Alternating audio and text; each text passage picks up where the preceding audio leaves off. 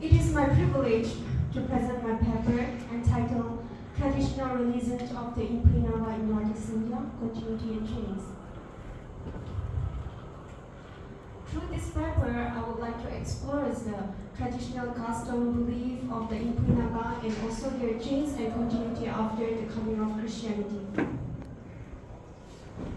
So my paper includes the traditional belief, customary laws and practice, conversion to Christianity, their taboos, continuity and change, and conclusion. So who are the Impui? So the Impui, they are also known as Impui Naga. They are a Tibeto-Burmese indigenous ethnic group of Northeast India. The people of Impui primarily resides in, specifically in Noli and Memong district. They also settle in other areas of Manipur, including Senapati district and Imphal Valley, as well as in Nagaland and Assam. So they are officially recognized as a settled tribe by the Indian Constitution in 2012. The term Impui is composed of two words. In means house and Pui means big, which means big house. So the people of Impui, they are called Impui Ruan. And the Impui Naga tribe's population is estimated to be around 12,000. However, the exact number is not definitely known as a full census has not been conducted. The Impui Naga, they are rich in culture, traditions, and history. So this is the traditional belief. The Impui are religious by nature, but they do not have any name for their religion. However, they call it Apu Apa Riya, which means religion of our forefathers. The religion consists of various rituals, prayers, songs, chants, offerings, and sacrifice. So the Impui believe in the existence of the supreme being or God, who is the most powerful God, whom they call it Zeliangrong, which means King of all kings.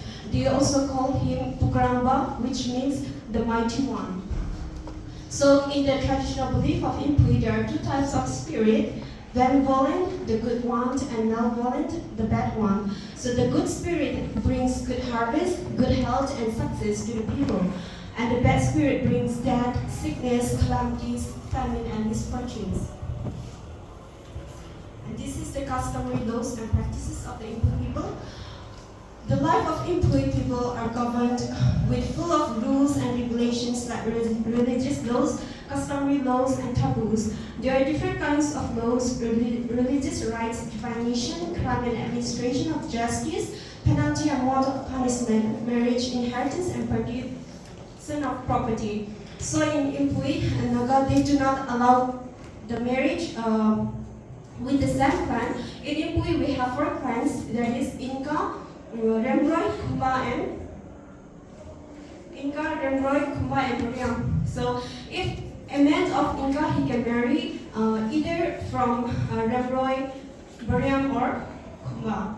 So in the case of inheritance and succession, the youngest son, he will get the lion's share of the parents' properties, and they have to look after their aged parents. Coming to conversion of Christianity, the introduction of Christianity was primarily through the work of William Pettigrew and the American Baptist Mission, which has led to changes in traditional practice and the adoption of new cultural elements in the Impui society. So a large majority of the Impui population has embraced Christianity. However, a smaller proportion, especially in the Imphal Valley, they still adhere to the practice of animism or the traditional belief. The Christianity came into Impui in the year 1914, and the Impui Naga tribe, they have celebrated Christianity of centenary of Christianity in the year 2014, recognizing Maipak Namrizinang as the first Christian convert.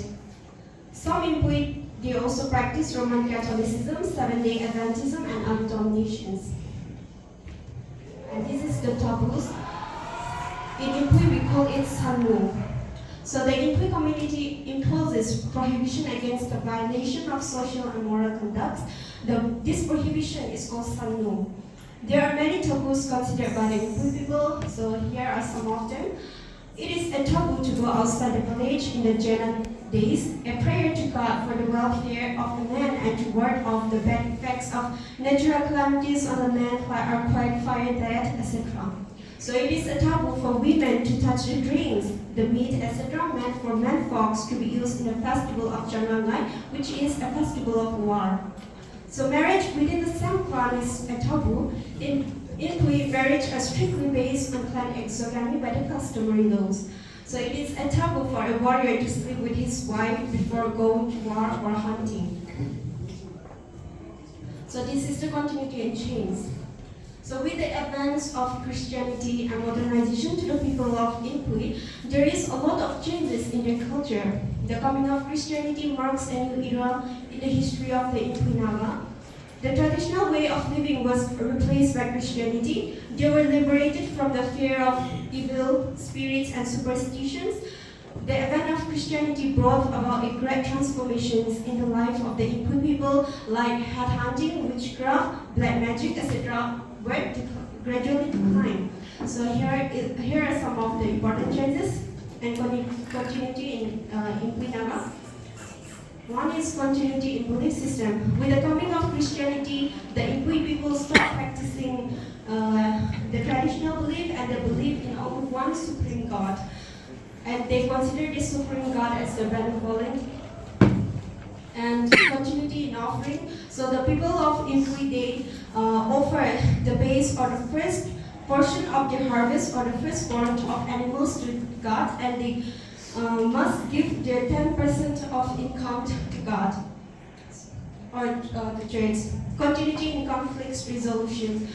If there is any case of conflicts in the village, like murder, adultery, thief, etc., the village council will take the decisions, and the decisions their decision will be the final. Continuity in burial. So the people of Inpui bury the dead bodies in time immemorial by performing different rituals for the deceased. This burial system continues with the rituals performed according to the Christian faith. Continuity in life after death. The people of Inpui believe that after death, the soul is taken to paradise until the second coming of Jesus Christ. The body, however, remains in the grave until the resurrection, when it will be reunited with the soul. Continuity in festival and rituals. So even after coming to Christianity, these are some of the festivals that they still continue. One is Mulyangnu. It is a harvest festival performed when the harvest is complete. This is Karing night. It is a festival of living, mostly celebrated every year in the